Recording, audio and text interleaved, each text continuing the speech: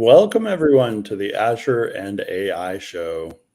My name's Dan Ray. Frank Falvey, who founded the Azure and AI Show at the beginning of 2023, is traveling today. So he asked me to step in and assist with some of the production duties. So I am not only producing from one of my computers in Seattle this week, but I'm also here as a guest on another computer, and we are streaming to, it looks like 1, 2, 3, 4, 5 different LinkedIn profiles, 1 YouTube, and at least 2 Twitter profiles today. And with me, I have several folks. We could go around alphabetically. Lance, would you like to introduce yourself? Hello, I'm Lance Lingerfeld. I am a IT consultant and MCT. Known Dan for about 5 years. Known the other guys for about, maybe about 6 months to a year now. And just been working in AI and looking for work right now. So that's why, hence I got I'm freelance, but I'm not free. But anyway, so anyway, just here to support the platform and support the show. Thanks for coming, Lance. I love the tagline. That's really clever. It's freelance does not mean free, right? Yeah, and my name is Lance. So yeah, I'm just not freelance. Yeah. Oh, wow. That's amazing. That is too good. You'd be amazed the subconscious thoughts people have. When in front of people, they just see freelance. They just see my name Lance. Oh, it's supposed to be free. No. Wow. Wow. That's made my day. Paul, welcome. My name's Paul. I live in the UK, and I'm getting to like Copilot a little bit more. It's been interesting to see the changes, and then there's some big event Monday that Microsoft, Surface, and Microsoft on Twitter have teased about a Microsoft.com, I think, /event. And then Microsoft Build is on Tuesday through Thursday this week out in Seattle. So it'll be interesting to see what they announce on Monday and then what we find out from a developer's perspective. This is my first time attending Build. So I'm looking forward to another Microsoft event, a little different Microsoft event that I've attended in the past. But thanks for joining, Paul. And I know you were in the US recently, right? Yeah, I was in Nashville speaking to executive assistants, and I'm going to be in Colorado, I think, in November. Awesome. I'm booked to speak in there in November, yeah. I don't know if Colorado's near Chicago. Colorado isn't too far from me, and my daughter's best friend lives in the Denver suburbs. So Colorado is not a hard place for me to meet people.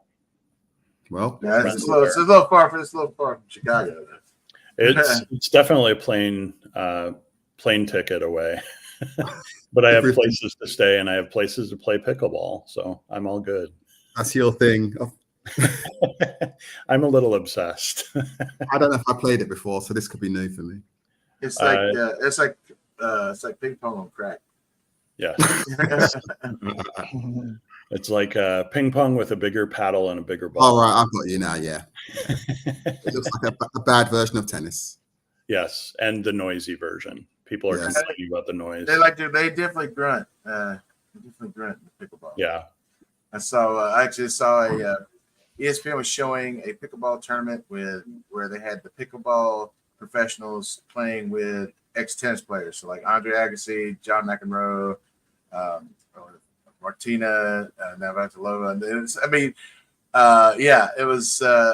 was neat to see Andre Agassi. He was looking pretty good actually, but Steffi Graf was on there too. I was like, wow, all these tennis stars that I know from my youth were doing pickleball with these pro pickleball players in a real deal tournament. So it's pretty intense.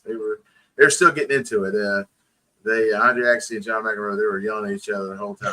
It was quite comical, but they were intense. Also, I have been using Copilot and Gemini and ChatGPT quite a bit and because I've been working on prompt engineering. I just got my prompt engineering certification. So Congrats. yeah, I saw that on LinkedIn. yeah. So all the different methods of prompting, and I think that's what's going to help people with adoption. Because from what I've heard, the Copilot numbers aren't that good right now. They're not adopting it as well as they hoped, and I think it's because people just aren't getting or understanding how to prompt it or how to get the answers they want. And I have from what I've done with it, I've done where I'll take a prompt that I have and I will put the same prompt to all three models. I'll do the Copilot model, I'll do the ChatGPT 4. I'm doing the 4.0 right now on that one, and then I'm doing the Gemini. And actually, I like Gemini the best. I think it's the most creative and the most personal, but I like Google search. I mean, it's honestly for the stuff that I'm doing with technical stuff. Google seems to find it better. It seems to be able to explain it better. Well, it goes back to their business models too, right? Yeah, exactly. Google's founded on advertising and use, and Microsoft's founded on privacy and so enterprise, as well as they have a commercial side. And it's funny. It's funny. I challenge everybody to take a really good prompt that they've gotten something that they want out of it. Take that, how they put it together, put it all in one prompt, then take that and put it to all the different put it to ChatGPT, put it to Gemini, and put it to Copilot side by side and see how they answer. Yeah. And then you'll start to help you understand how to get them to work for you. So and Copilot's the one that's kind of behind for me right now.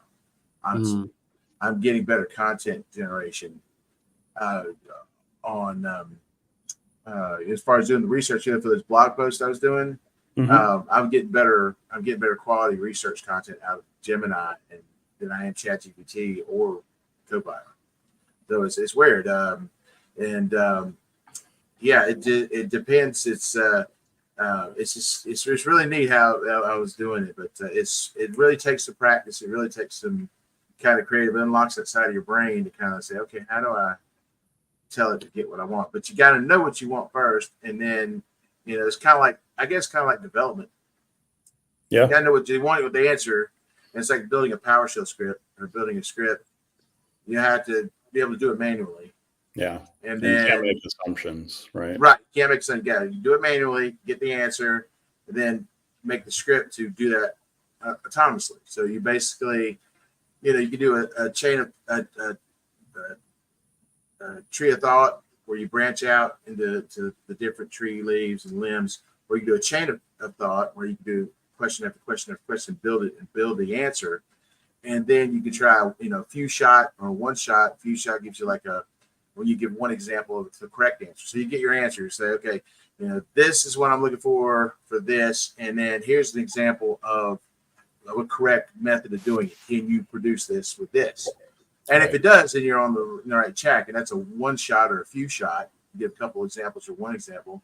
And then see if you can do it with a zero shot where you don't give it any examples and see what's, so you got to do those different ways to kind of learn how to approach and that's what I've been posting on LinkedIn and on my blog. I've been posting all sorts of different methods of prompting. And then yesterday I did the RAG method, which is retrieval augmented generation, where you actually go and you take the model and you're not really querying the model, you're querying your own data.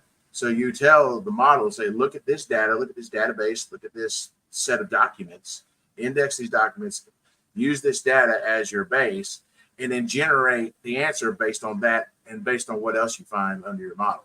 And then that gives you the most concise answer. So, again, people talking about AI is going to take over the world. No, not yet. No, it's not yet. You still have to put in some work to do it, but it definitely, I put out I think I put out 5 or 6 blog posts this week, like 3 days. So, it's like rather I usually just take me a day to do a whole blog post and vet it, with we use Copilot or using the AIs, I was able to cut that in like a quarter of the time.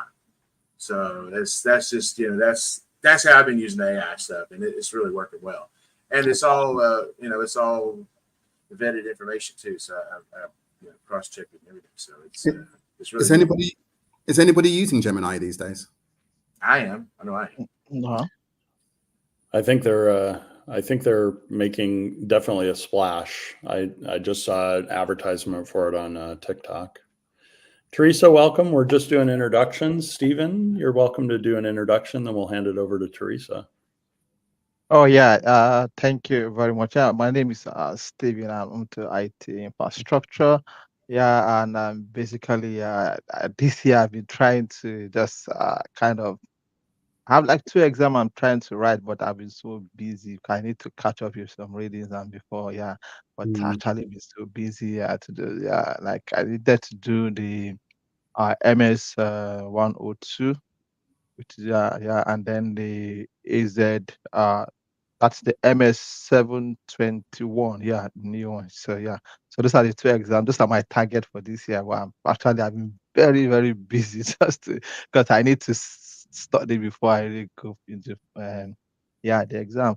And I think I think I've fallen in love with ChatGPT these days now. Like at times I'm on the run, I needed to compose something. I was okay, let's just go and just, or at times maybe after composing, I just needed ChatGPT to just rephrase the words for me. I just go there, okay, rewrite, and so I think I'm falling in love with ChatGPT, and Copilot. I haven't really had much time to really explore on Copilot. I've been like the time I spoke to Dan, I was going to do that, but I haven't really had time to really, So that's it.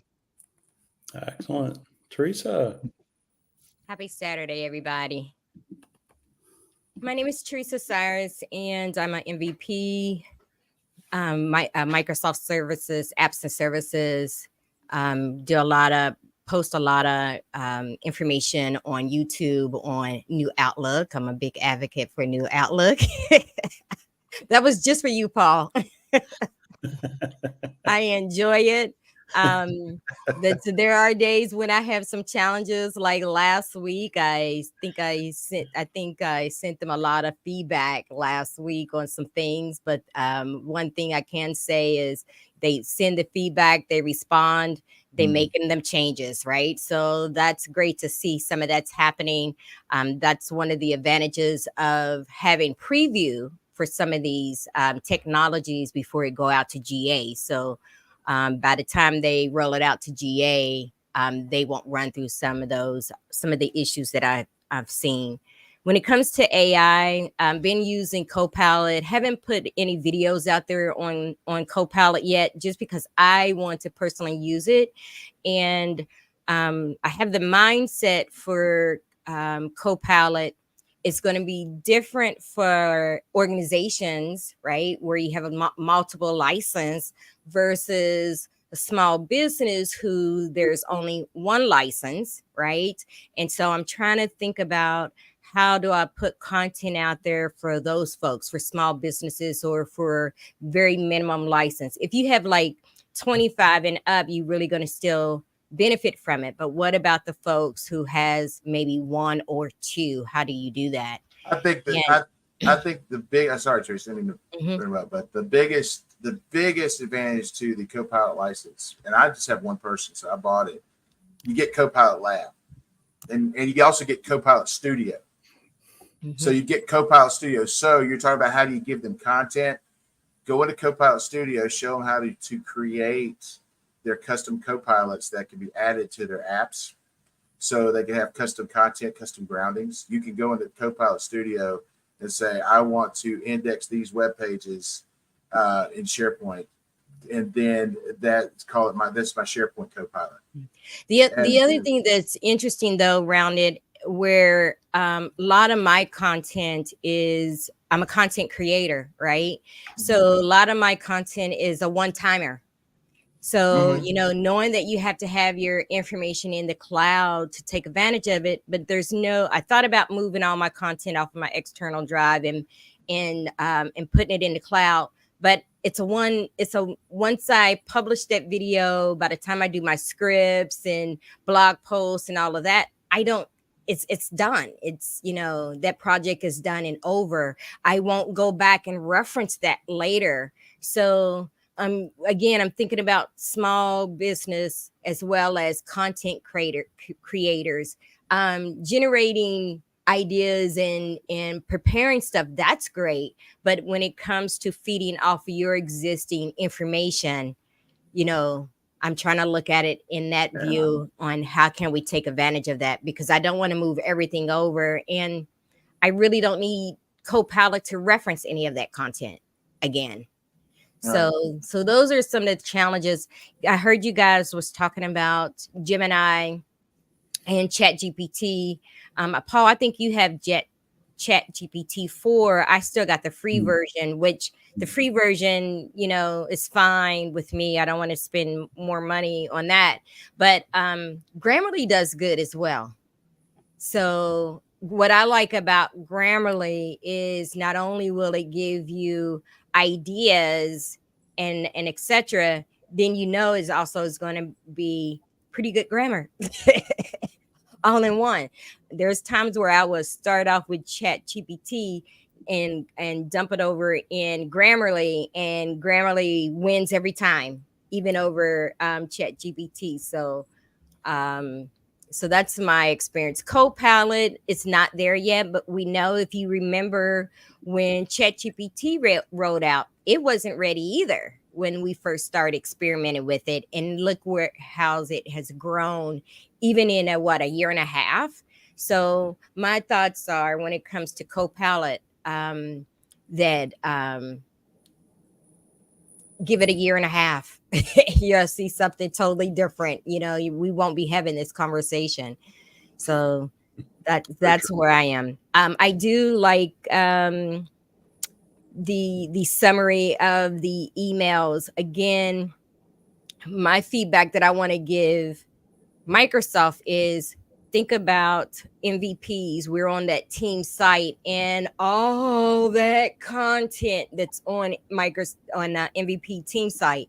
I would love to be able to summarize that content. Right? So I would, we don't have the option to actually use Copilot on a different tenant. And I could see really taking advantage of Copilot from there, just to get caught up, in a sense, not necessarily produce reports or anything like that. It's just really to get caught up.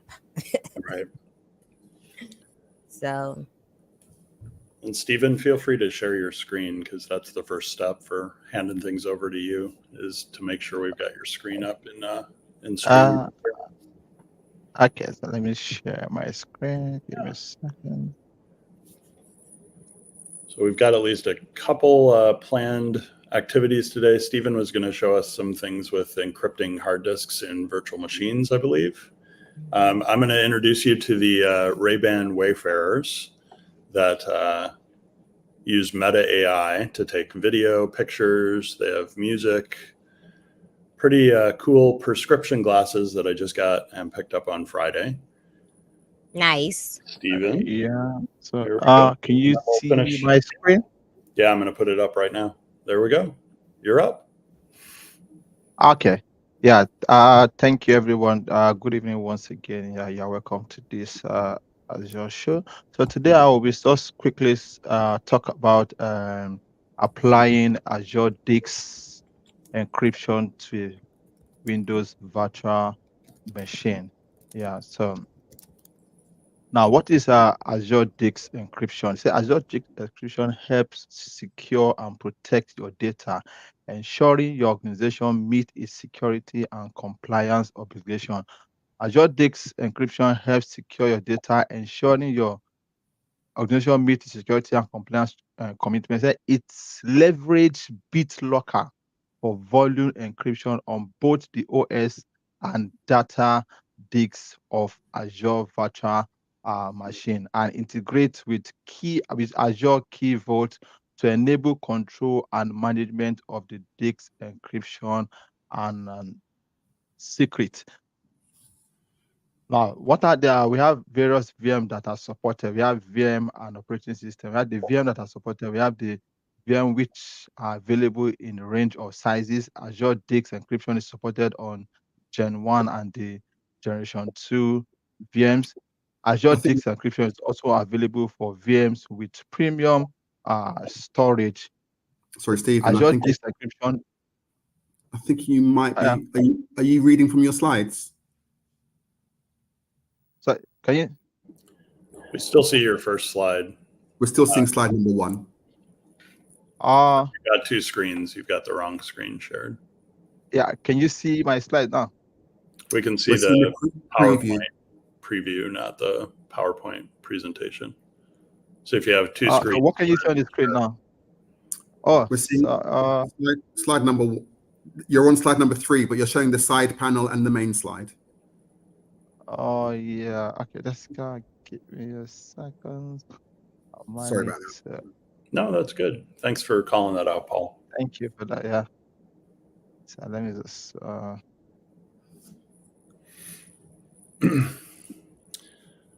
While we're waiting for the screens, these glasses have the ability to take pictures. I can hold down and take video. So now I'm taking video of what I'm seeing in my glasses. There we go. Okay. Steven, You're such a nerdy guy. I am. But I love it though. That's what I like about you, Dan. And then Teresa, I can listen to whatever rap music I want to on the plane. It's not too disturbing to all those people around me. Perfect, Stephen. Okay, so can you see it now? Yeah. Yep. That's good. Okay. Yeah. Sorry about that. No, yeah. So like I said, Azure Disk Encryption helps secure and protect your data, ensuring your organization meet its security and compliance obligation. Now, I said it leverage BitLocker for volume encryption on both the OS and the disks and the data disks of Azure Virtual Machine, and integrate with Azure Key Vault to enable control and management of the disk encryption keys and secrets. Now, this is actually supported on the VM and operating system. Now, the VM that are supported and the operating system, Windows VM are available in a range of sizes. Azure Disk Encryption is supported on both the first generation and the second generation of the Azure VM. They say Azure Disk Encryption is also available for VMs with premium storage. Azure Disk Encryption is not available on basic A-series VMs or on virtual machine with a less than 2 gig of RAM. So which means that if your RAM is less than 2 gig, it's not actually supported. Now, supported operating system, which is your normal Windows client, Windows 8 and later, and then Windows Server, you have the Windows Server 2008, 2019, upwards, and then the Windows 10 Enterprise multi-session and later. Now, encryption storage key requirement. Said the Azure Disk Encryption require an Azure key vault to control and manage disk encryption keys and secret. Now, what is this Azure Key Vault? The Azure Key Vault is a cloud service that provide a secure store for your secrets. Say, which securely store what your keys, your password, certificate, and any other secrets. So your key vault and VM must reside in the same region and subscription. So which means that when you're doing that, the key vault has to be reside in the same region where you have your VM and where you have all your other resources. So it has to be there.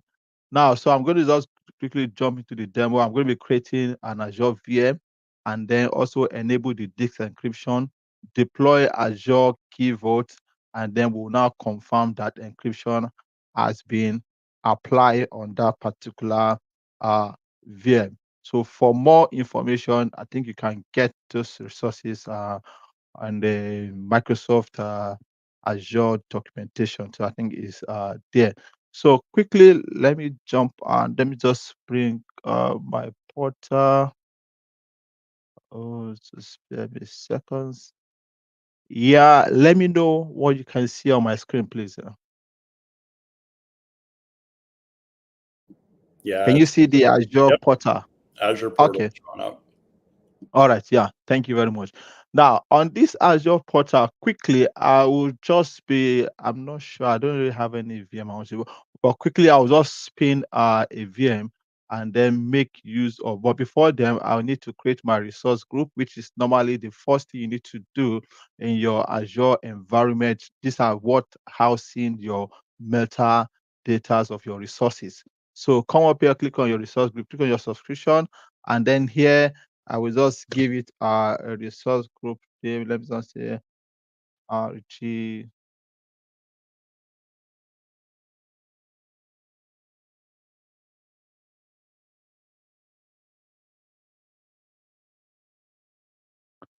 And here I will leave it at this East US region, which is cheaper for me for this for the purpose of this demo. So now just click on next. I'll just click on create and review. Yeah, I click on my create. And that gets created within the split of seconds. You can see that has been created for me. And then the next thing, I'll come up here and search for my VM virtual machine. That's it. And then come up here, click on Azure virtual machine. And normally you choose your same subscription. Then here I will now select my resource group I just created, which is this particular one. That's my resource group. You can also create your resource group by just clicking on this if you want to create a VM. So, and then give it a name. Let's just give it my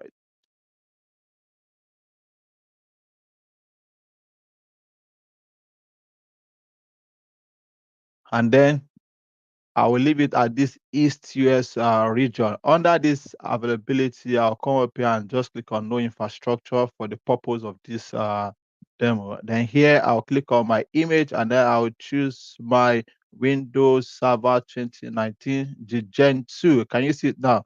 Make sure you're using the Generation 2, which is one of the requirements. So, and that's, then you come here and then click on your, give it your username.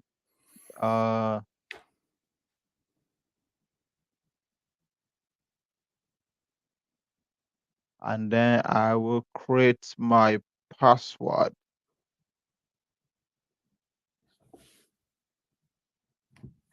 Get the password, yeah. And then you go down, come here. This one, just leave it at default. Click on next. Click on next. Your ticks.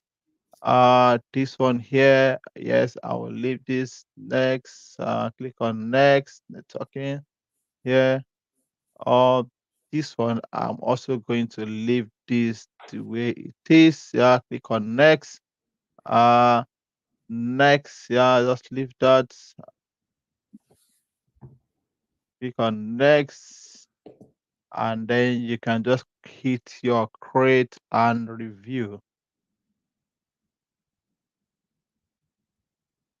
And then you click on create after the validation has been passed. So click on create.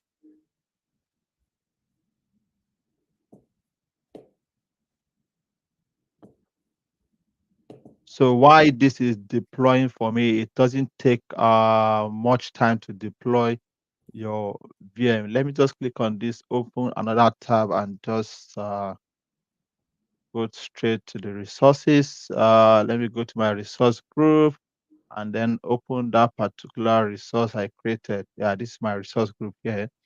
And as you can see, it's creating those metadata for me. You can see here is creating my resources. But make sure, ensure that it is being created, it is completed before you carry out any other operation on your resources. So yeah, you can see your deployment is complete, which is quite very, very fast. So click on go to resources. Yeah. Now, when you click on go to your resources here, when you click on go to resources, then you now come up here under your settings. Under your settings, you click on this DIX. So you click on DIX under your settings. So when you now click on DIX, you now click on additional settings. click on additional settings. Now, when you click on your additional settings, you have your disks to encrypt. Can you see that? So you click on this and now click on OS and disks and data disks. So click on that, you scroll down, and then here you have your key vote. This is your key vote. So you click on create, it will now redirect you to where you need to create your key vote. So come up here, make sure you have your subscription selected, make sure it's inside that same resource group we created, which is what we have here. And then here you now give it your key votes name. Let me just say key.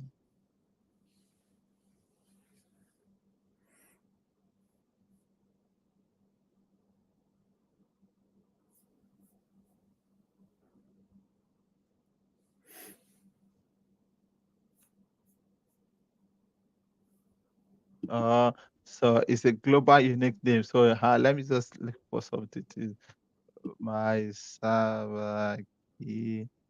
Yeah, you serious?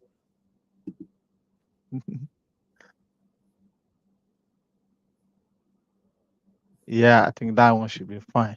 Yeah, so here your region, like I said, so make sure you are having it inside that same region. So region where I have my VM is the East US region. And so make sure you select that. And then this pricing ties, just leave it where it is.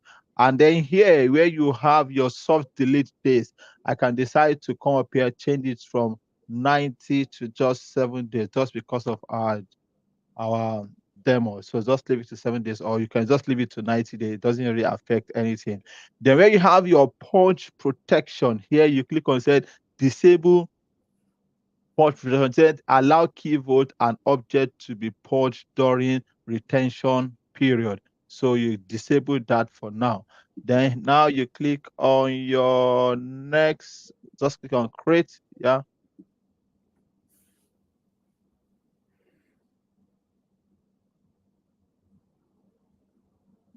So next.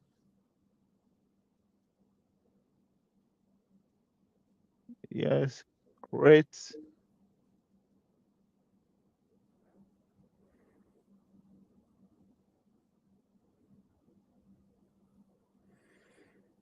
So that is going to create our key votes for us, which that shouldn't take much time to also get created.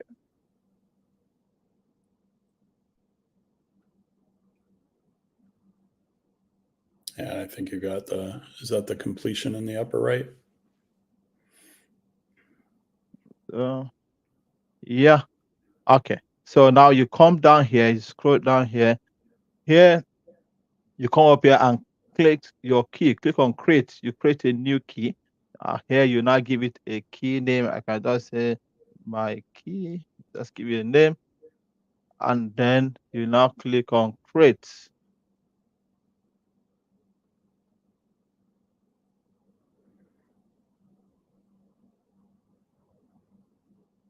So you can see that my key vote has been created. All I just need to do is to create the key. So once you do that, then you should be able to see here showing you what current version. So you can see automatically it populates that for you. Or in case if it doesn't, click on that and make sure you select that. And then you can now click on your save.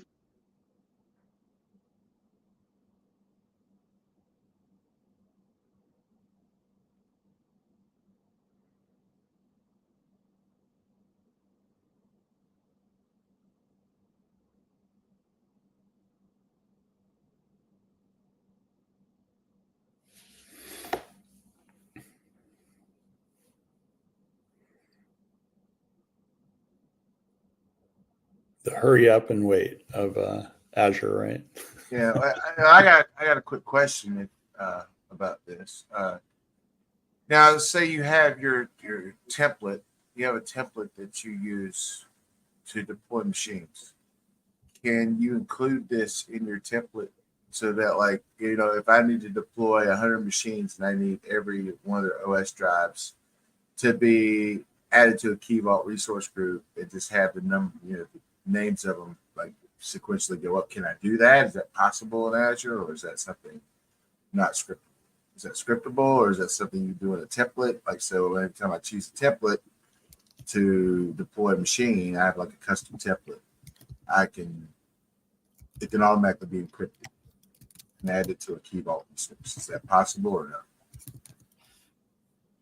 Yeah, I think as long as that particular virtual machine meets that particular requirement, then you should be able to create your pivot to the for that. Yeah, as long as it meets that requirement, because there's some certain requirement, like if probably peradventure you bring a virtual machine from your environment, for your on-prem environment, and you want to create this keyboard. So as long as that virtual machine meets that particular requirement, I think it should be able to do that. Yeah. Okay. Yeah. Your deployment is complete. Yeah, go to resources. So now I will go back to my resources here, fresh. And then you can see now this is the key vote that has been created for me. So if I come up here now and click on my virtual, my VM, yeah, this is my VM, click on that. And when you click on your disk, when you do that, so now you should be able to see the encryption. Can you see that? This is this, which, so this is what we have here. So if you click on your extension plus application, you can see this is the Azure encryption key that has been provisioned. You can see now. So what we need to do now is to confirm. So I will go back here. I will connect. Go back to my virtual machine. Go back to my virtual machine. Open that. Then connect. Yeah, click on connect. Download the RDP file.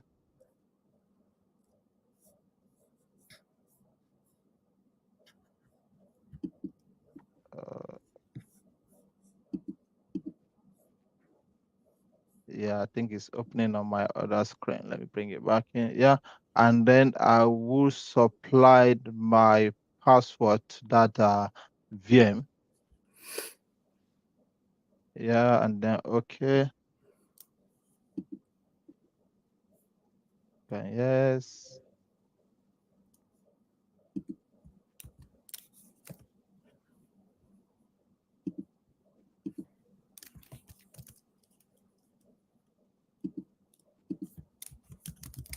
Now I'm trying to log in into that particular VM.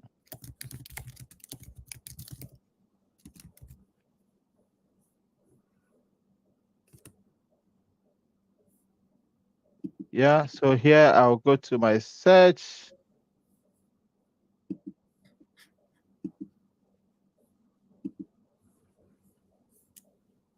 Yeah, go to my search and then type BitLocker.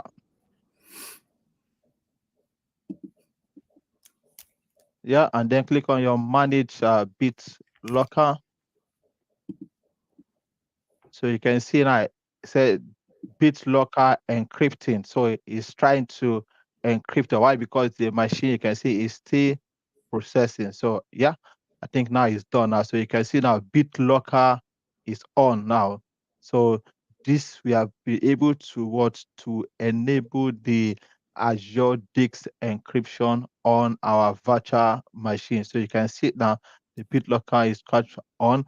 And the reason why we do this is just to encrypt all data at rest, just to make sure that your server environment or your machine is being secured if peradventure anything happened to that machine. Yeah. So yeah, I think that's all for now. Yeah. Thank you. Excellent. I'm going to go ahead and share my video from my glasses here. Video of what I'm seeing in my glasses. Oh, there we go. Wow. Stephen, let's You're add that to such the a nerdy stage. guy. I am. So now I'm taking. It's really cool because you can use these for music. You can use these for asking questions about what you're seeing. So Paul, if your dog were on video, I can say, what am I seeing? And it can identify objects with AI. I think there's going to be a lot of uses for these. And then they're also my prescriptions. So when the tech becomes outdated, I can still wear them as glasses, and they're sunglasses too. So I purchased these over the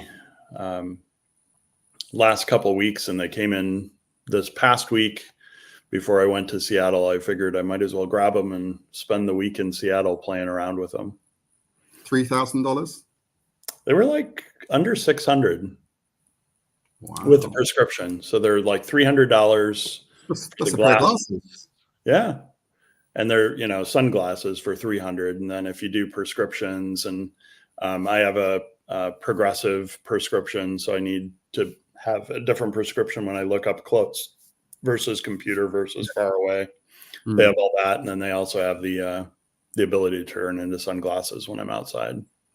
And they make you more handsome. Thank you. And geeky, as Teresa likes to point out. Well, I call myself a nerdy girl, so don't take it personal. It's a good thing. Yeah. Did you get them at like a regular store? Because I know. Great question. They're selling them through Sunglass Hut, which is owned by the same company that owns Lens Crafters. So Lens Crafters, I haven't purchased glasses from in probably 7 or 8 years. But as soon as I found out that they're one of the exclusive carriers of these Ray-Ban Meta Wayfarers, I thought, well, I'm going back to Lens Crafter. Warby Parker has lost my business because of tech. Ray and I got to get glasses. We're scheduled here soon. And he gets mad because he was like, you can't do everything Dan does.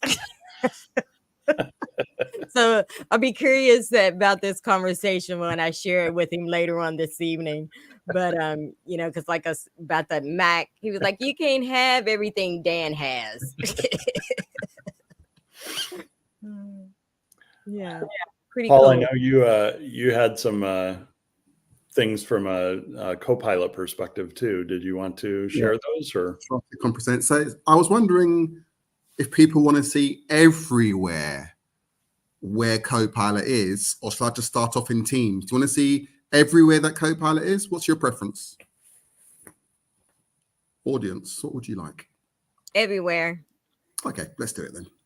I would say everywhere, and then if you want to finish up with Teams, Teams is entire probably the most popular for me. But I just been preparing an article and a blog post on that as well. There we go, Paul. Okay, thank you very much. So I'm assuming you can see you can see Excel at the moment? Yep. Okay, so the places where I found Copilot.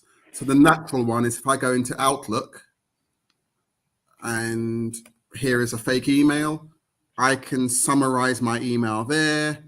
But also if I compose an email, it can help me to compose it and edit stuff as well. So that's where you're going to find it in Outlook. Microsoft Word, quite easy. We've got this, which gives you a few more choices. And here, it's got another choice. So I think I'm going to do this the other way around. So yeah, if I click on this button here, this allows me to generate text in Microsoft Word as well. Excel is different. With Excel, you need to have your data inside a table.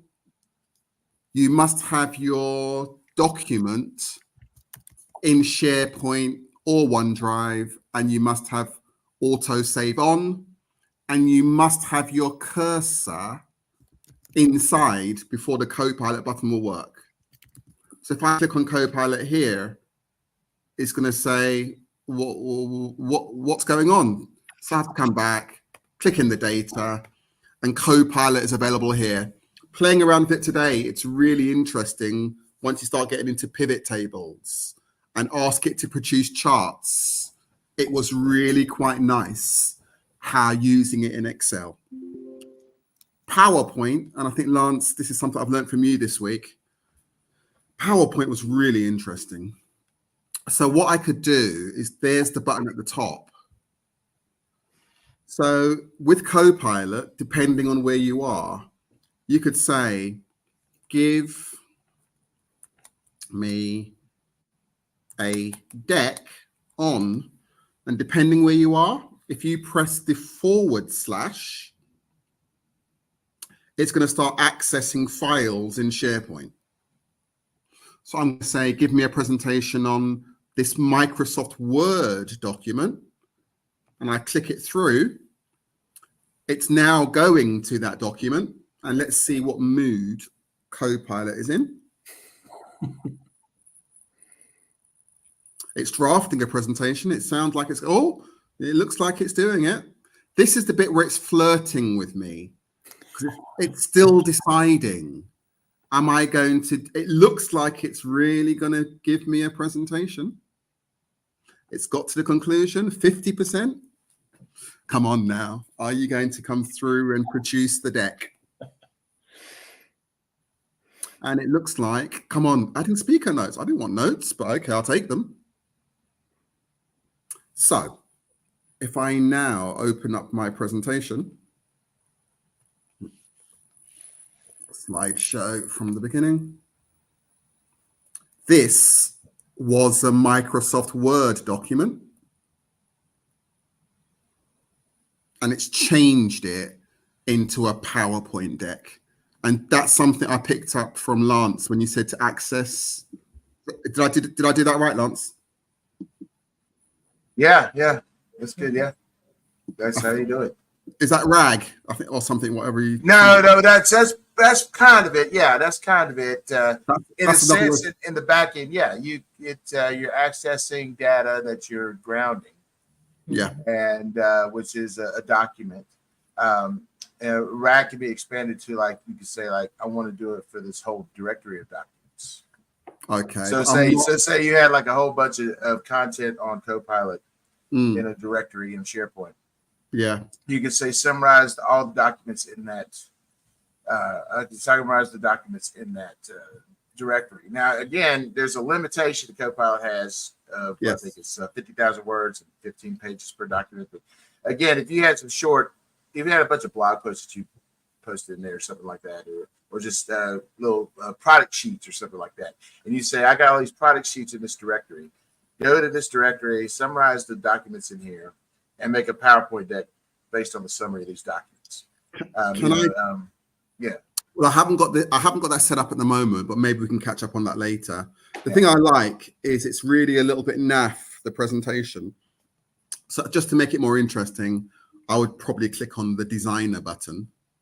And once I start clicking on the designer button, it's going to start making one or two slightly nicer designs from that presentation. My friends, that is PowerPoint. Yeah, in PowerPoint too, what I did too is, like, I get my document, say there was something it kind of missed, like something I wanted it to expand on.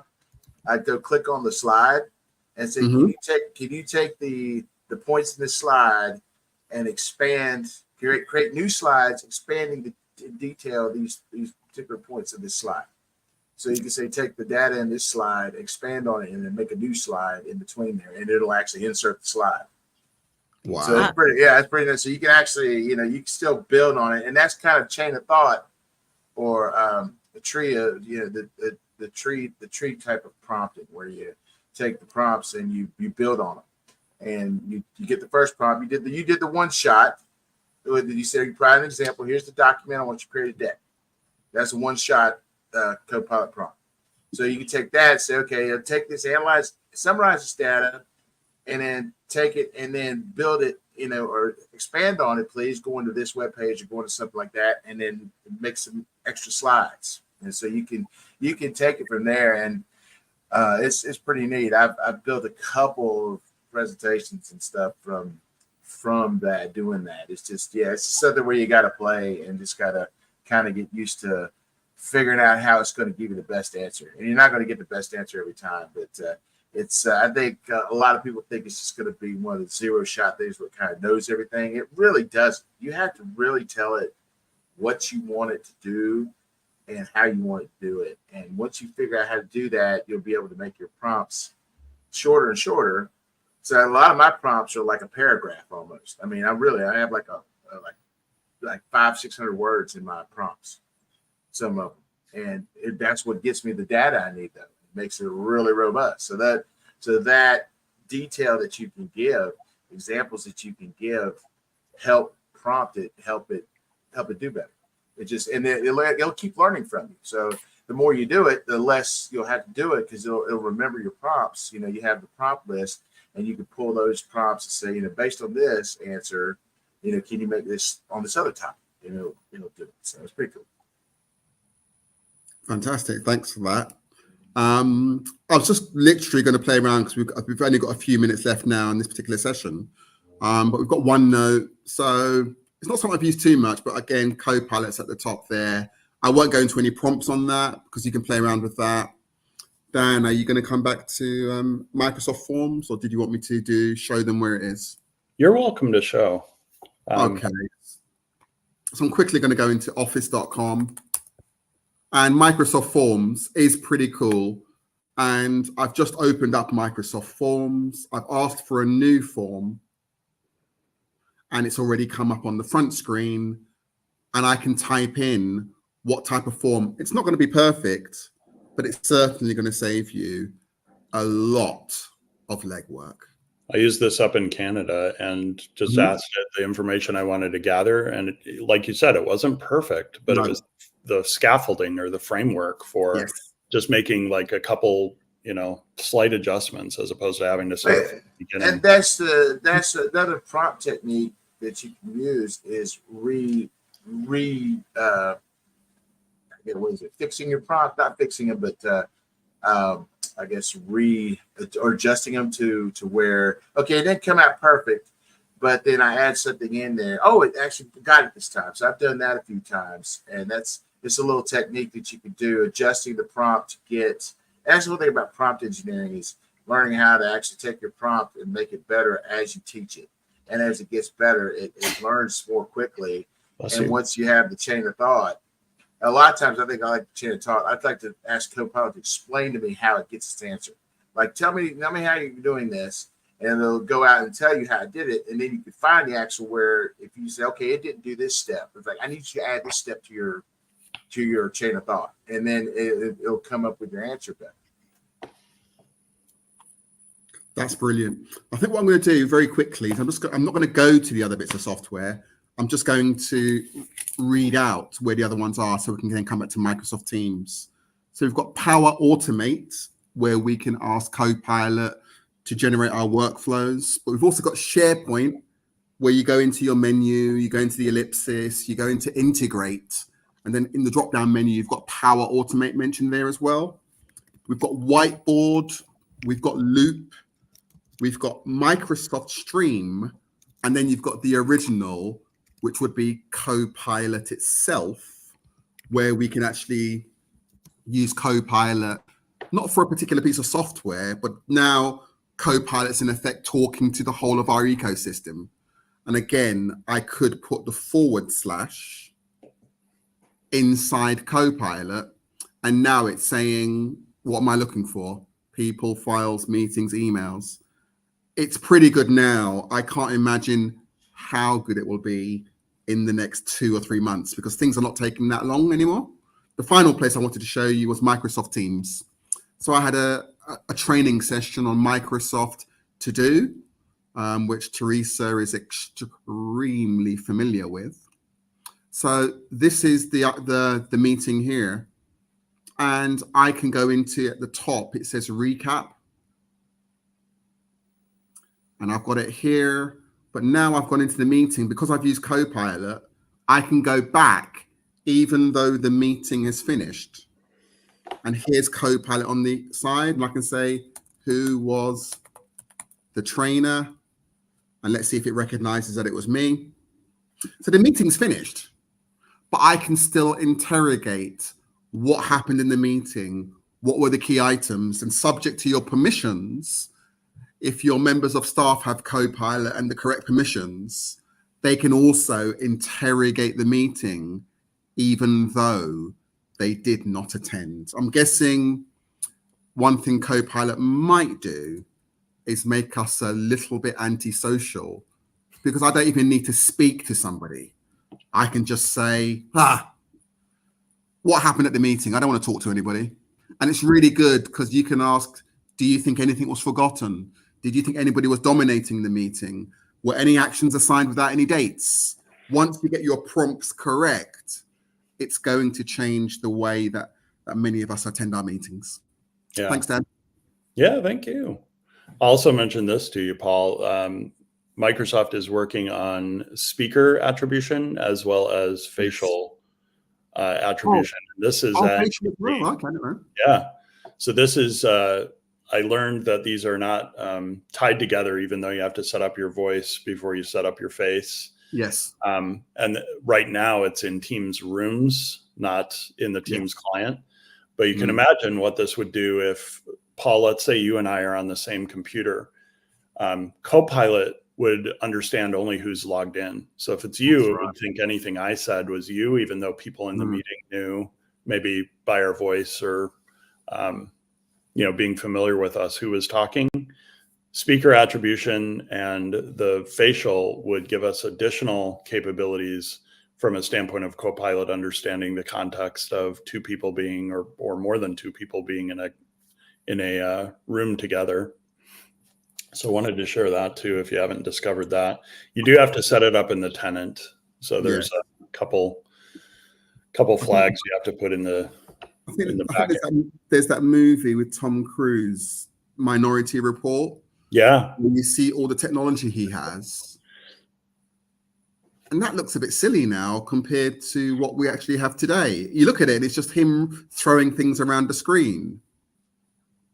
I mean, I've actually took my mobile phone, took a photograph of a 25-year-old air conditioning unit, and started to ask ChatGPT, where is the handbook? Find me a handbook for this air conditioning unit.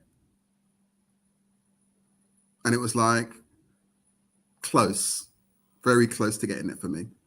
It's I'm excited, but I just don't know what the human impact of all this is going to be yet. No, does anybody know? Just to add on to that, they have little apps now. If your plant don't look well, you can just take on your phone, just take a picture of your plant, and it tells you what plant it is and what you need to do to bring it back to life. I've been in my garden this morning. That's awesome. Can I share something real quick?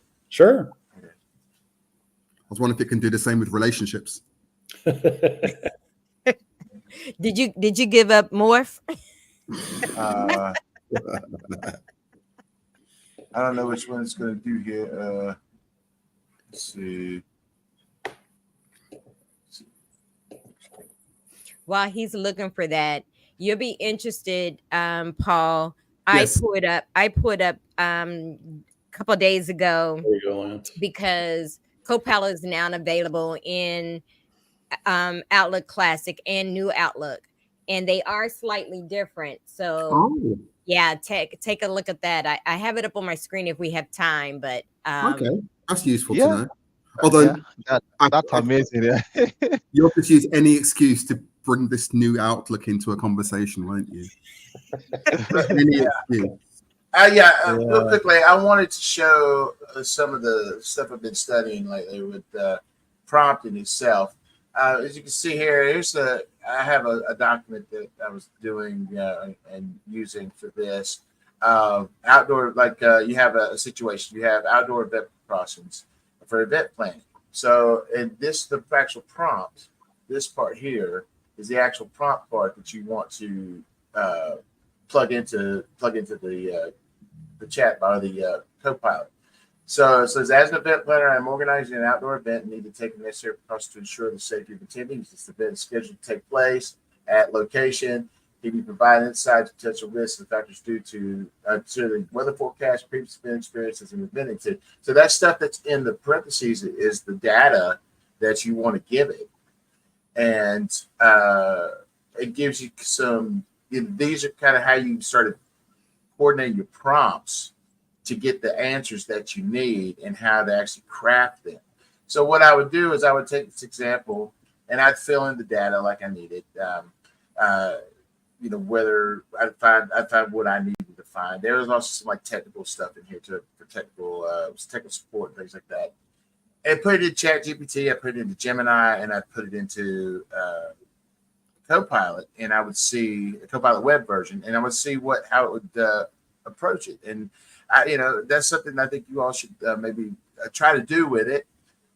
And when you, like I said, when you're doing different ones, you're playing a virtual reality event for the Azure and AI Show, and I'm looking for a recommendation VR experience that would be engaged and immersive for attendees. The event date, location, expected number of attendees. What can you buy for VR experience? Something like this or this. So, see how detailed these prompts are. They're not just one sentence prompts, and you actually tell it. You're actually telling it, I'm planning an event, or I'm an event planner, or I am a customer service person. Event Wi-Fi troubles. I'm currently experiencing issues with Wi-Fi at my event.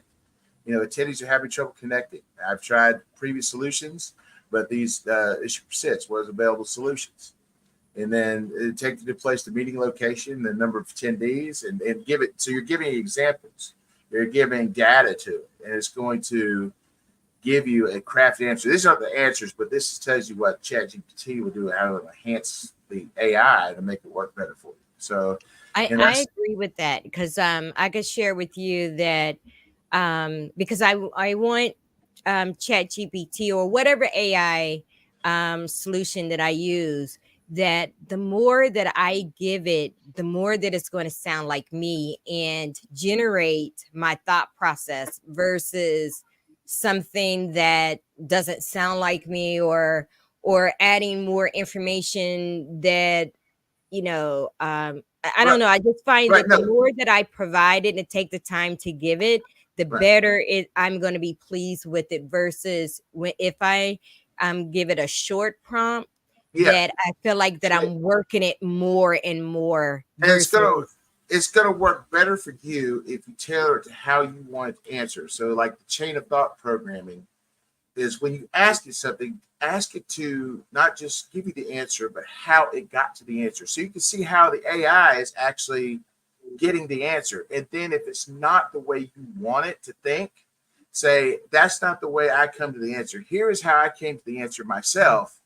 And please incorporate that in my next prompt or my next answer. Can you redo this same equation or the same problem with the way that I think about it, and have it learn from you? And then from that, it'll take it and it'll be able to do it better for you, and it'll be able to prompt. You say, based on our past conversations, can you help me with this problem? Can you do this? So sorry. Paul, I will share with you, as a content creator, I find that even, coming up with titles, or sometimes I'll say, here's my content, give me a nice intro for it. And sometimes it does not get it right. But when I actually say, I'm kind of thinking this as my introduction and kind of give it an example, and then I feel like it refines it better. But I have to tell it what I'm thinking. If I leave it generic and say, okay, look at my content and give me a good introduction or exertion, and I find that it does not do well because it's not given the tone or the thought process of what I'm thinking. But if I give it an example of what I'm thinking, that I want, then it does better. Yeah, that's called few-shot programming or one-shot programming. Or prompting, free-shot prompting or one-shot prompting.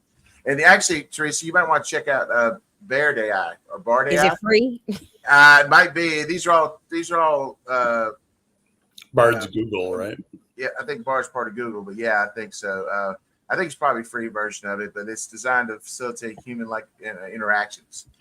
So you might be able to give more personalized response. So there's not just the big three. I mean, there's with Diablo here. We got, I'll tell you another Opera version. a reason why I might, if you can give me a copy of that list of where you got that from, because I'll tell you why. Sometimes I feel like Chat GPT, it's the same wording, same words all the time. It was funny because I went onto somebody's blog post and I said, this is Chat GPT because it's the same language, right? Yeah. And to the point where I've been wanting to experiment with some others just because I want the language to change a little. I don't think it's the same language. Well, it's the same approach to the jargon, the way it sounds. It's like, you get your Google. It feels the same. Like, when you look at Google and then you look up, and really what she's saying, when you try to do the same prompt, do it in Chat GPT and then do it in Copilot and then do it in Gemini. And you will see 3 totally different ways it approaches the same exact prompt. You will see the wording differently. You will see it actually talk to you differently. And you will see it actually do it different ways. And then in Copilot, like choose like the creative, the balanced, and the precise, and you'll get different answers there with the same exact prompt. And it's interesting. What I was trying to suggest is maybe the people who are writing the prompts are writing prompts that are so basic that they've not given ChatGPT much to work with. So I think, in theory, we shouldn't see 2 pieces of content being the same unless you're being extremely lazy with your prompt. And I saw a post last week on LinkedIn, and the woman said, I'm now receiving CVs and covering letters where the language is exactly the same. That's because the person hasn't edited their prompt or edited the response that ChatGPT is giving it. I still have to say though, Paul, there's times where I'm pretty detailed in my prompts, and there's certain words that I just have to say, exclude saying this word, exclude saying this, using this word, because I could tell you I have quite a bit in there that is just certain words they use over and over, and I'm like so over it, Like I just want to show. I don't know if you can see. Can you see my? You can't see the. But I was going to say that I was I had both of my screens up, Classic and New Outlook, because I was testing it, both of them up with the Copilot, and I put the same prompt in, and I definitely got different, verbiage. It was something simple. I was just responding to an email. And I had both of them up and ran it, and I got different answers. The other thing that I find in with New Outlook and Classic, they have the draft coach. What I don't understand is the draft coach is awesome. I love the suggestions that it gives. Then why not you push out my draft based on the coach?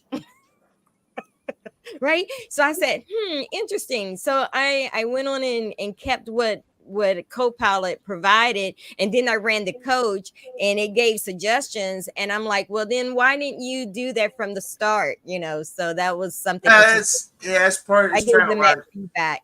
I think that's part of it, trying to learn how you type or how you approach it or how you what you like. I think as it gets better, it will stop saying it's a draft. It'll start actually plugging it in for you.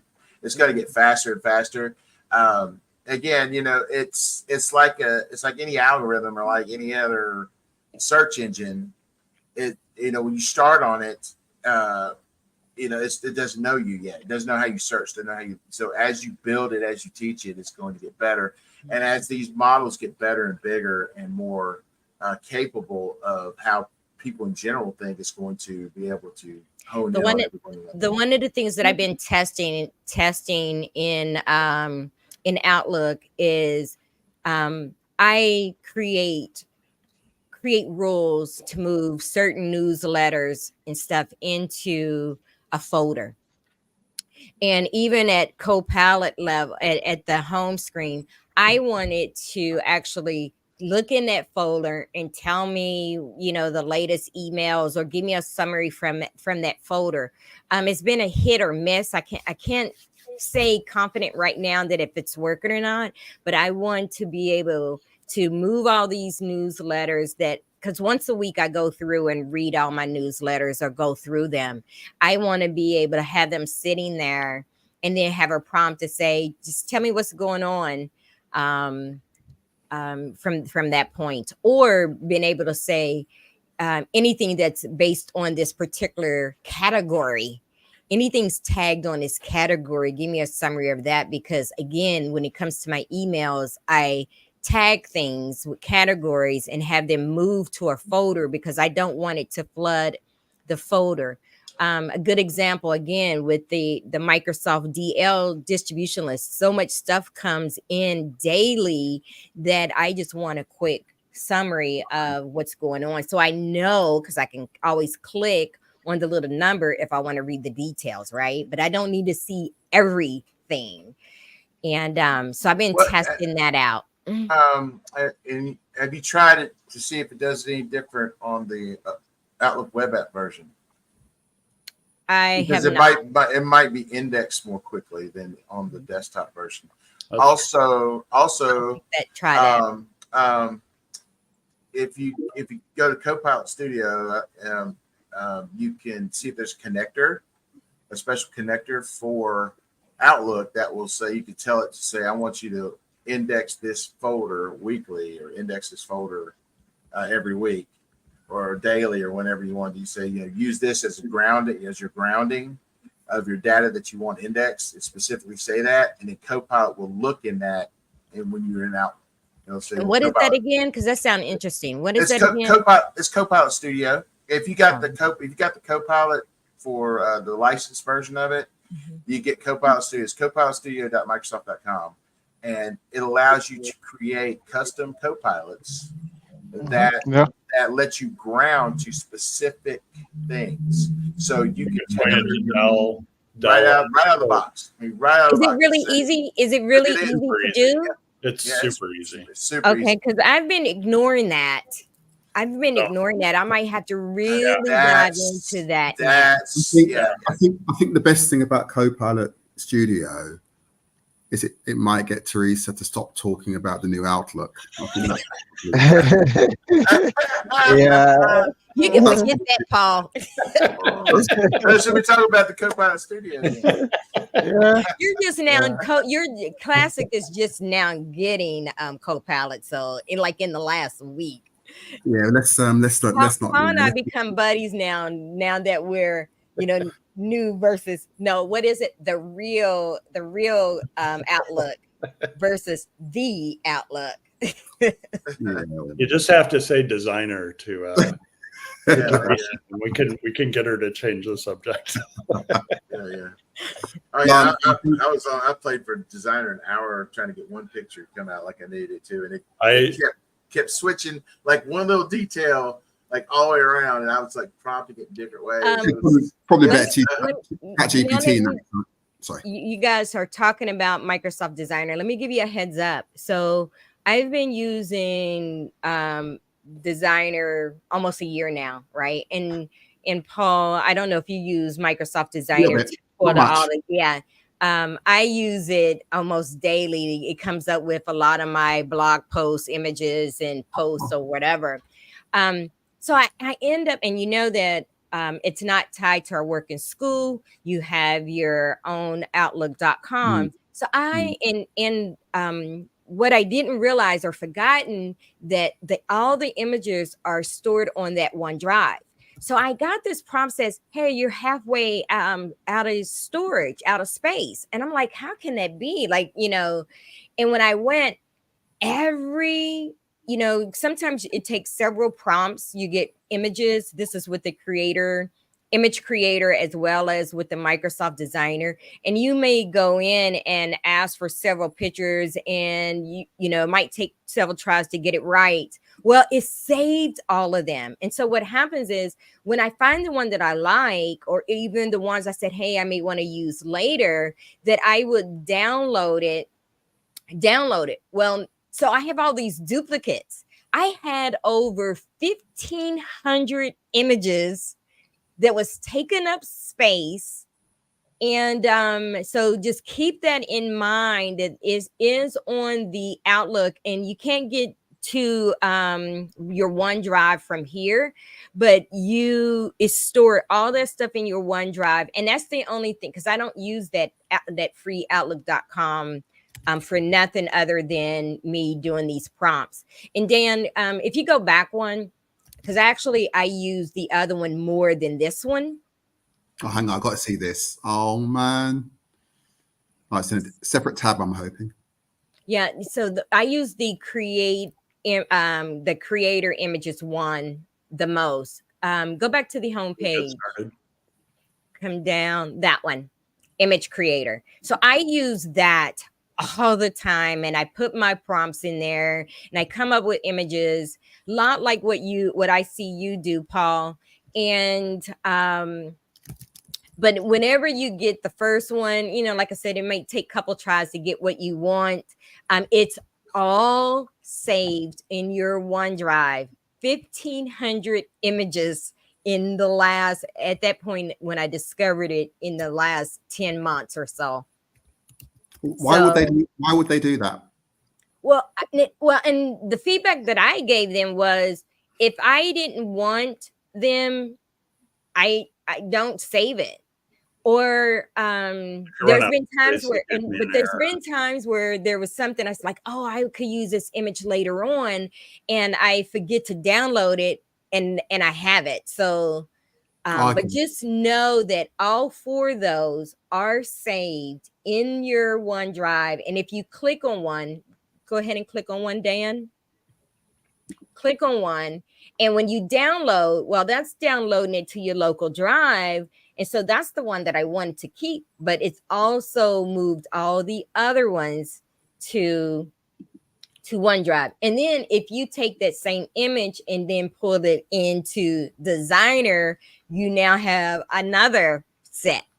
So again, 1,500 images. And I think the folder is called apps and then Designer, if I'm not mistaken. Yes. Yeah. Yeah, I put in the chat. So Wow. So Dan, how many you have? This is an account I don't use very often, so I think there's like. What's it under? It's under what? Office Designer app. Okay, apps, Office Designer app, and then. So again, you know, it's on my list to do a video on, because I don't people realize your storage is almost full. Yeah. So people don't realize that, because that's the message I received. 1 second. That and it was all images. OneDrive. Yeah. Yeah. You know, in the chat, I put in a 1 prompt. second. I'm just trying to get the volume down. Yeah. So, like I said, I knew that I wasn't sure if they were storing all the images, like the ones that you decide that you don't want. I could see them storing the ones that you choose. Right. But why even do that if you hit the download? If I hit the download, it's going to my local. I'm using it. I'm editing it or doing whatever with it. Yeah, 1,500 images, Dan. So you're not surprised with that, are you? No. I ran out of storage with one of my accounts, and Designer didn't tell me that it was storage. It just kept on saying it was having an error. So I gave that feedback to the team too, that it should say that I'm out of OneDrive storage, not that there's an error. Well, and the other thing is too, when you're in your My Projects or in Designer, that give me easy access to get to OneDrive. Exactly. Right? Because now I can monitor that and make a decision on what I want saved or not. Right. And because the images that you create with image creator is not in the designer, because you see those in your left navigation, but you don't see the image creators images in the actual designer platform. But I like I said, I use it regularly, almost daily. Maybe we should have a session on images one Saturday. Yeah. But anyway, yeah. Where do you go and get your images? Mine are ChatGPT. Do you? And that's ChatGPT, because you don't get images with ChatGPT 3.5. No, Yeah. I've used ChatGPT since I got the upgraded version. I've used ChatGPT every day, sometimes just out of curiosity as to what it can do. And I think following Lance's suggestion, I think what I am going to do is put the same prompt into all the different versions I have, just to see how they react. That sounds like a really, and I think the prompt would need to be not a simple prompt, but a slightly more detailed prompt. Well, I have an example I put in the chat. Yeah. That is that, I mean, for this show, we could say we have, as a marketing expert, I need to find the most effective hashtags for our upcoming social media campaign. Our main product is the Azure and AI Show. We are targeting, with the IT community or the adoption community. The main goals of our campaign is to get more viewers. Can you help me identify a number of hashtags, relevant and popular hashtags for our source for our media parts, so we get the maximum engagement of users? So it could actually, this prompt I would actually stick this in each of those and see what hashtags it comes up with. You fill in the stuff in the brackets, you fill in with the details. Those are the weighted words. They're called the weighted values in the prompt. So you actually put the weighted values in there, put the details, and then and you can list those as campaign goals. It could be listing, our first goal is to get more readership. Second goal is to have more followers. Third goal is to have more exposure. So you can list those goals, and then if you put and then say, can you post popular and relevant hashtags under, just make it that kind of detailed prompt, and I guarantee you'll start getting more better hashtags. I've had Gemini take one of my YouTube videos that I had transcribed in through Stream. I put the transcription in there, and I actually told it to make me a LinkedIn blog post with the hashtags that I needed to make it have maximum effect. And I got like 500 more impressions out of it with the hashtags it used than what I usually do. And then I started taking that and I started using that a little more with mine. So like, we were trying to promote this whole thing. This might be an effective tool to kind of use the ChatGPT. Oh yeah. Hey Dan, I posted my YouTube channel. Go navigate to my YouTube channel, because I was going to share. Do I still have my window shared? I put it in the chat and streams. But the one that I just did on the legacy of Not available. Of Outlook. The link is not available, Teresa. Oh, because I put .com on there. Take the .com off. And I'm missing an E. I got all kind of typos. Track creations for E. No .com. One of the things I set up here one evening and had a very detailed prompt, and actually did it in Copilot. I did it in Copilot Word, and I last week was Mother's Day, and I wanted to acknowledge classic Outlook, Paul. Well, and classic Outlook. The mother of new Outlook. Yes, the matriarch of Outlook. That's what I had in mind. And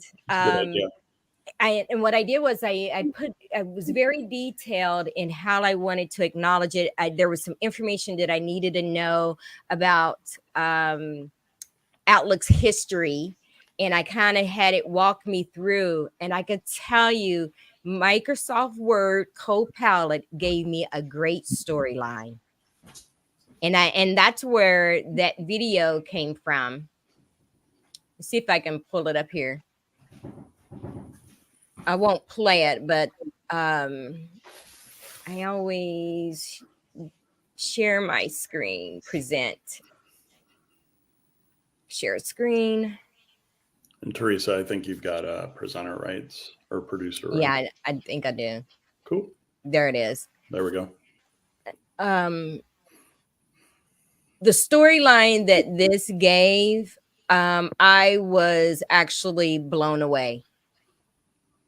I was just really blown away with the history that it gave me. What it did is just prevented me from going from, multiple, I always call it website hopping to collect this information. But a lot of the information came right out of Word, and then I just put the images and stuff together. And Paul, just so you know, I didn't forget New Outlook at the end. just for you. Yes. Right there. There it is. The newest member of Outlook.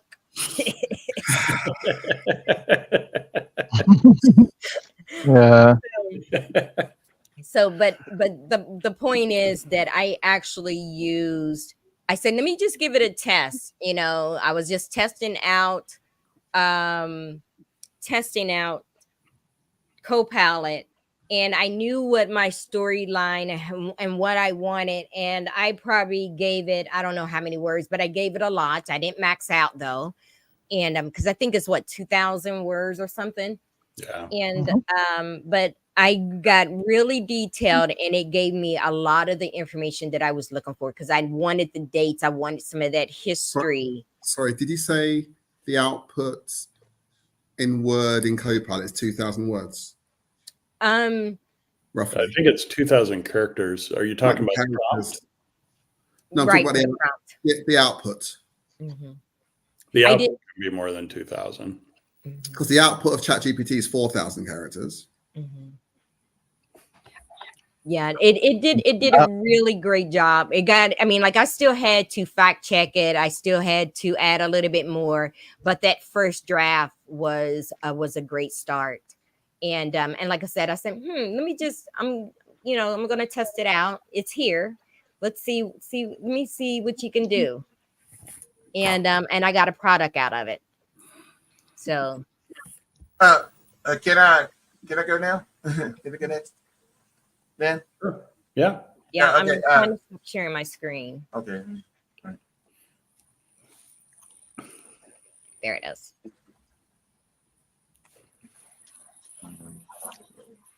And wait, before you go, Lance.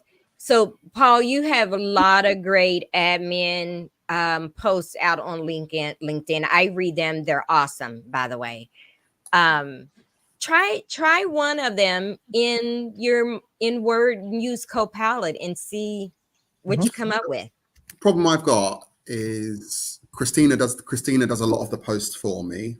She always checks with me, but also I'm 51, and I'm worried I might die before the output comes out of Microsoft Word. Whereas ChatGPT is a lot quicker. Test it. I've tested it. It's always. I did all my blog posts this week in using three ChatGPT, Gemini, and Copilot, and putting the answers, combining all the best stuff from each one with the same prompt to my answer. Copilot, I'm going to have to do a test, but when I ask Copilot in Microsoft Word to produce content, it did. Yeah, Copilot's not good at content. Gemini's the best. Gemini's the best. I'm going to show you right now.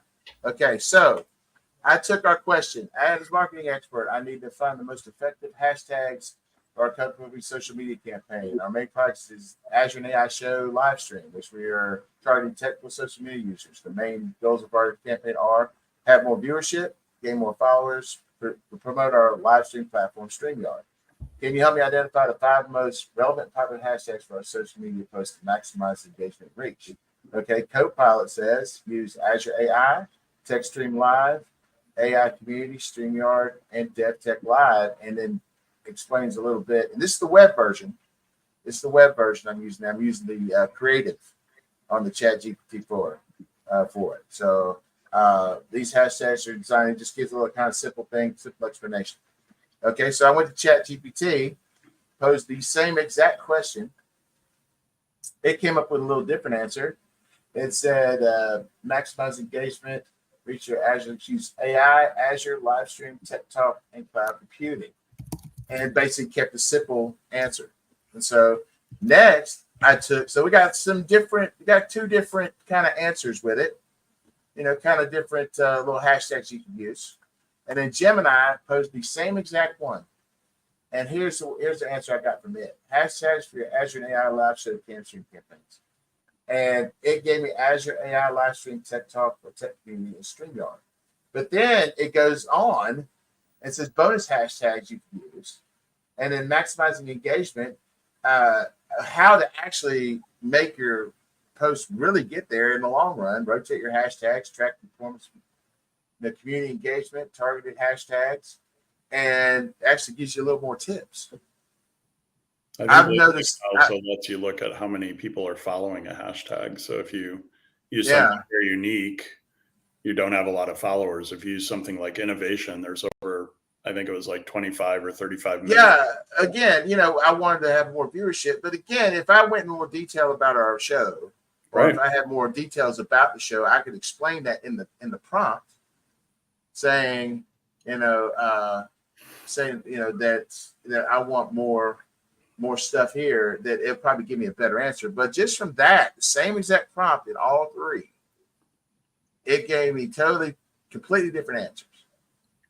True. And I've noticed that that's why I'm liking Gemini right now, because Gemini seems to be giving the most creative answers from all 3 of them. So like my rag post, I took information from this post for my rag post, and also for Copilot, I had my chats. I had the rag chats. I can't find them right now, but ChatGPT, I had my rag method in AI, and it did similar things. But I took data from this. I took data from Gemini and Copilot and put them all together for my blog post that I did, and it's all vetted. It's all vetted information, and actually Copilot actually gave me the references, and Gemini gives you references too if you ask for it.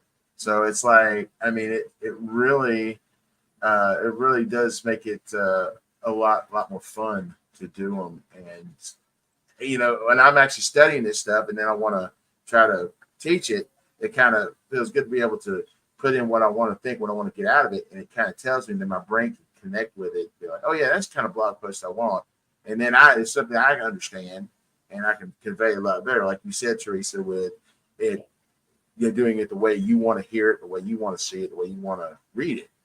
And so, like I said, the only thing is that I think it's really tricky with social media posts. I did a post on LinkedIn where I did an executive assistant in the form of a Lego outfit. I got 50 times more engagement on this stupid picture than any other post I've been doing for the last 6 or 7 years. Yeah.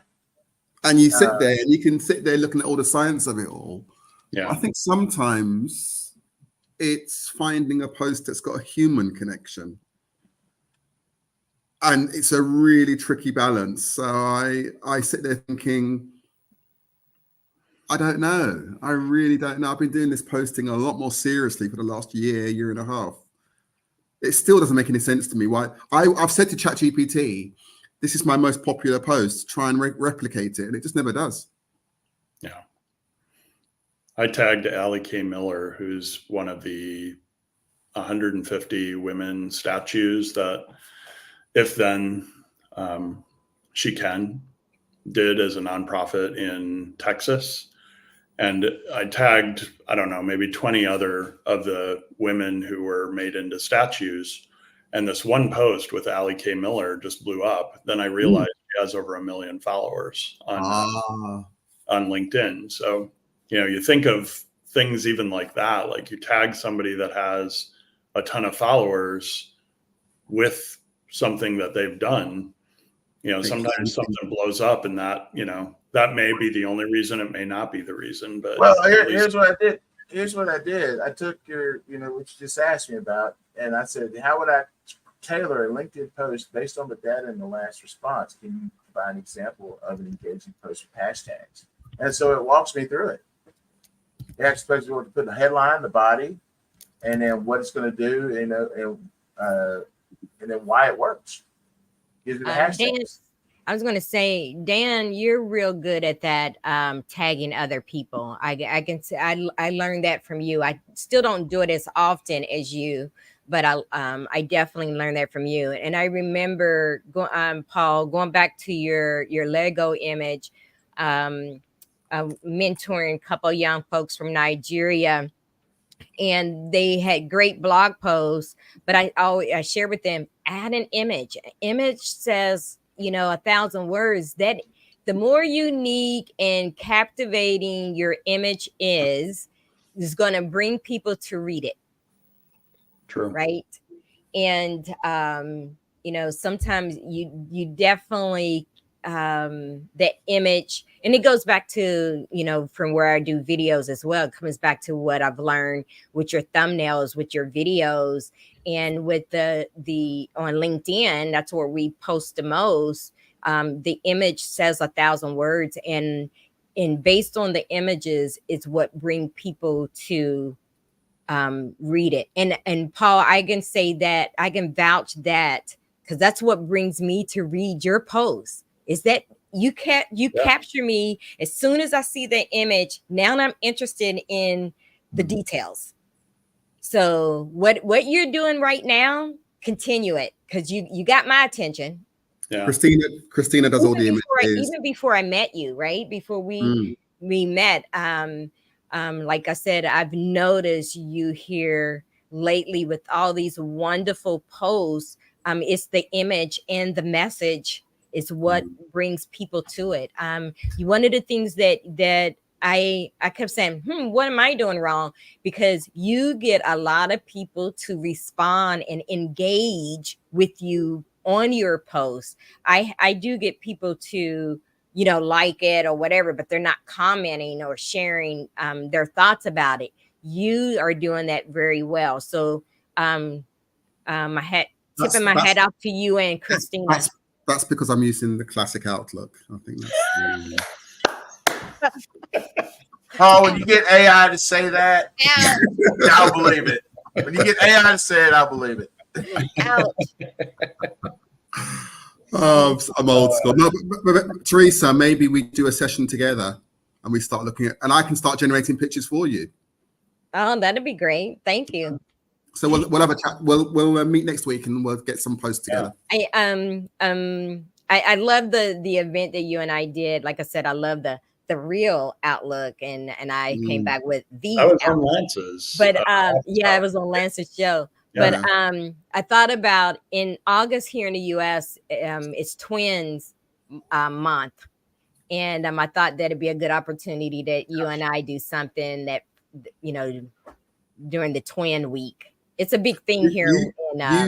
You don't want to do a session comparing the two Outlooks because it's not fair. Yours is not fully grown yet. That's okay. That's okay. Yeah. There's features that we can do that you can't do.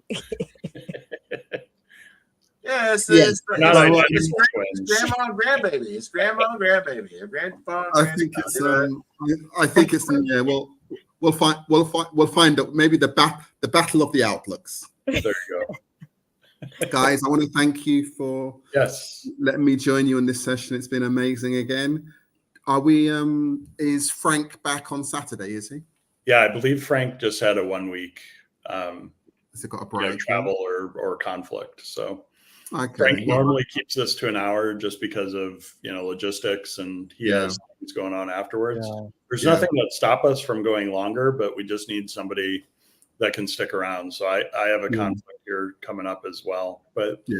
thank you all. If you're interested in joining us, the offer still stands to reach out to Frank or Teresa or Paul or Lance or Stephen. Any of us can get you kind of involved in this community. And if you're not familiar with StreamYard, it's just browser-based, very easy to use. You can even use it from your phone. It's not as easy, I would say, to use from your phone, but theoretically, when I'm traveling, I could possibly just come in and make sure that it's going out to my social channels by connecting from my phone if I'm out and about. But thanks everybody for attending, and thank you. see you next week. Yeah. Will do. All right, thank you. See you, friends. Yeah. Bye everyone. Cheers.